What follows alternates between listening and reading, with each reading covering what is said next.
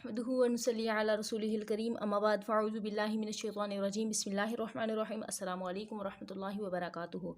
आज हम सूरह बकरा की आयत नंबर 186 और 187 का लफ्ज़ी बामुहावरा तर्जुमा, इसकी तफसीर और शान नज़ूल जानेंगे कि अल्लाह रब्बुल इज़्ज़त ने इस आयत में क्या अहकामात नाज़िल फरमाएंगे, और ये जानेंगे कि बाज़ औक़ात इंसान दुआएं करता है लेकिन उसकी दुआ कबूल नहीं होती, तो अल्लाह रब्बुल इज़्ज़त ने इसकी क्या वजह बताई है कि क्यों वजह दुआ कबूल नहीं होती, और अगर दुनिया में दुआ कबूल नहीं होती तो आखिरत में इसका क्या अजर हमें दिया जाएगा। तो इंशाअल्लाह एंड तक वीडियो में हमारे साथ जुड़े रहिए ताकि अल्लाह रब्बुल इज़्ज़त के अहकामात आप अच्छी तरह समझ सकें। उसके अलावा हम ये भी पढ़ेंगे कि रमज़ान शरीफ की रातों में मियाँ बीवी का आपस में ताल्लुक़ कायम करना कैसा है, क्या इससे रोज़े पे कोई फ़र्क पड़ता है, और अल्लाह रब्बुल इज़्ज़त हमें क्या अहकामात नाजिल फरमाते हैं इसके बारे में। तो अपना सबक शुरू करते हैं। सबक शुरू करने से पहले आपसे गुजारिश है कि चैनल पर अगर नए हैं तो चैनल को सब्सक्राइब कर लीजिए, और अगर वीडियो को अभी तक लाइक नहीं किया तो वीडियो को लाइक कर लीजिए। अपना सबक शुरू करते हैं। आऊज़ु बिल्लाहि मिनश शैतानिर रजीम, मैं अल्लाह की पनाह मांगती हूँ शैतान मरदूद से। बिस्मिल्लाहिर रहमानिर रहीम, अल्लाह के नाम के साथ जो बहुत मेहरबान और नहायत रहम फरमाने वाला है। वा और इदा जब सआला सवाल करे का तुझसे, व इदा और जब सआला का तुमसे सवाल करे, ए प्यारे महबूब जब तुमसे सवाल करे इबादी मेरा बंदा, और जब मेरा बंदा या मेरे बंदे तुमसे सवाल करें अन्नी मेरे बारे में, और जब मेरे बंदे तुमसे मेरे बारे में पूछें फ़इन्नी पस बेशक मैं करीब हूँ, उनके बहुत नज़दीक हूँ। और ए महबूब जब तुमसे मेरे बंदे मेरे बारे में पूछें तो बेशक मैं उनके बहुत करीब हूँ। उजीबू मैं दुआ कबूल करता हूँ, दावता दुआ को, दाई दुआ करने वाले की, या मैं पुकार कबूल करता हूँ दाई पुकारने वाले की। इदा जब दानी वो मुझसे दुआ करता है, और मैं दुआ करने वाले की पुकार को सुनता हूँ या उसकी दुआ को कबूल करता हूँ जब वो मुझे पुकारता है या मुझसे दुआ करता है। फल यस्तजीबू तो इन पर वाजिब है या इन पर ज़रूरी है कि ली वो हुक्म माने ली मेरा, तो इनके लिए ज़रूरी है कि वो मेरा हुक्म माने। वल युमिनू और मुझ पर ईमान रखें, और ईमान रखें बिया मुझ पर, और मैं पुकार सुनता हूँ अपने हर बंदे की जब वो मुझे पुकारता है। तो मेरे बंदों को यानी इन्हें चाहिए से मुराद मेरे बंदों को चाहिए कि वो मेरा हुक्म माने और मुझ पर ईमान लाएं। लअल्लहुम शायद कि वो यरशुदून हदायत की राह पा जाएं। उहिल्ला हिलाल किया गया लकुम तुम्हारे लिए, लैलता रातों में, सियामी रोज़े की रातों में तुम पर हिलाल किया गया। क्या हिलाल किया गया? रफसु ताल्लुक़ कायम करना, इला निसाइकुम तुम्हारी बीवियों के साथ। और रमज़ान शरीफ की रातों में या रोज़ों की रातों में हलाल है तुम्हारा अपनी औरतों के साथ ताल्लुक़ कायम करना।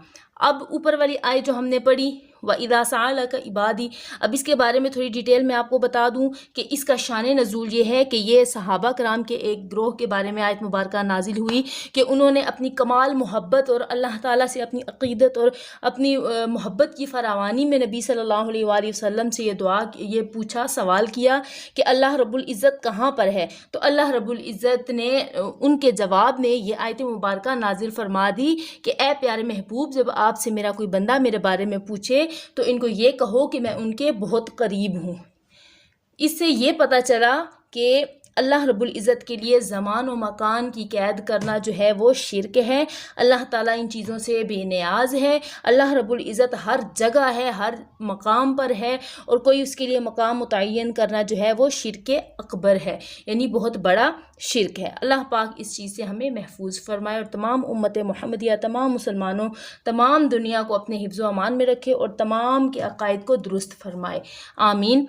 अब दुआ के बारे में मज़ीद ये कि दुआ अर्ज़ हाजत है, यानी अपनी हाजत पेश करना है, और अजाबत ये है कि परवरदिगार यानी उसकी कबूलियत ये है कि परवरदिगार अपने बंदे की दुआ पर लब्बैक अब्दी कि मैं हाजिर हूँ मेरे बंदे फरमाता है। मुराद अता फरमाना दूसरी चीज़ है, वो भी कभी इसके करम से फिलफोर हो जाती है और कभी हाजत की यानी कि हिकमत के पेश नज़र किसी बंदे की दुआ में वो ताख़ीर होती है कि बंदे की हाजत दुनिया में रवाई फरमाई नहीं जाती, कभी आखिरत में बंदे का नफ़ा दूसरी चीज़ में होता है और वो अता की जाती है। कभी बंदा महबूब होता है, इसकी हाजत रवाई में इसलिए देर की जाती है कि वो अरसा दराज तक दुआ में मशगूल रहे।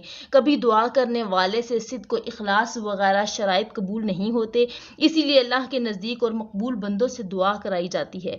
مسئلہ ناجائز امر کی دعا کرنا جائز نہیں۔ دعا کے آداب میں سے ہے کہ حضور قلب کے ساتھ یعنی سچے قلب کے ساتھ قبول کا یقین رکھتے ہوئے دعا کرے اور شکایت نہ کرے کہ میری دعا قبول نہ ہوئی۔ ترمذی کی حدیث میں ہے کہ نماز کے بعد حمد و ثنا اور درود شریف پڑھے پھر یہ دعا۔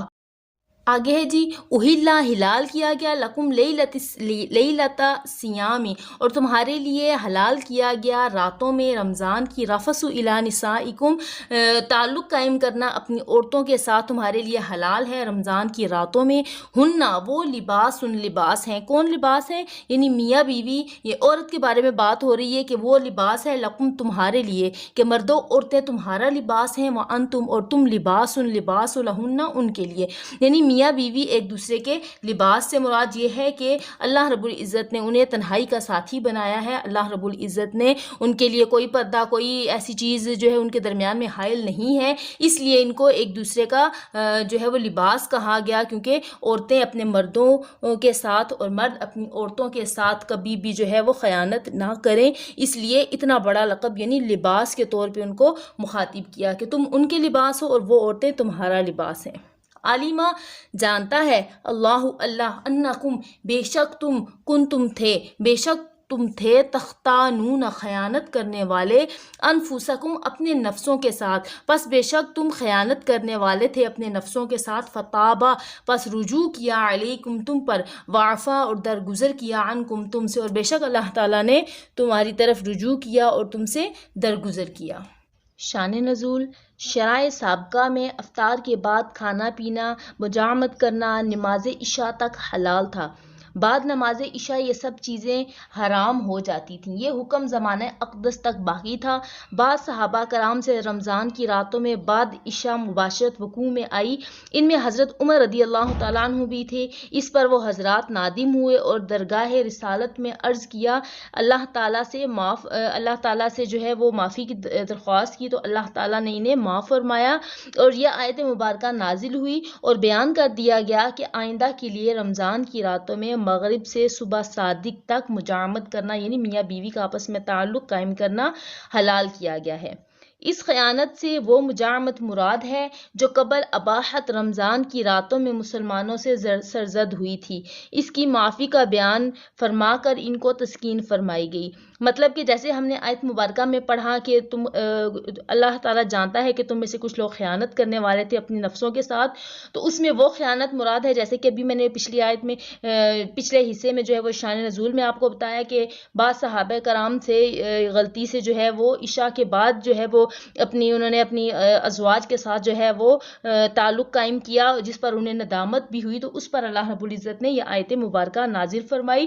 خیانت سے یہاں پہ یہ مراد ہے۔ یہ امر اباحت کے لیے ہے کہ اب ممانعت اٹھا دی گئی ہے اور لیالی رمضان یعنی رمضان کی راتوں میں مباشرت جو ہے وہ مباح یعنی جائز کر دی گئی ہے۔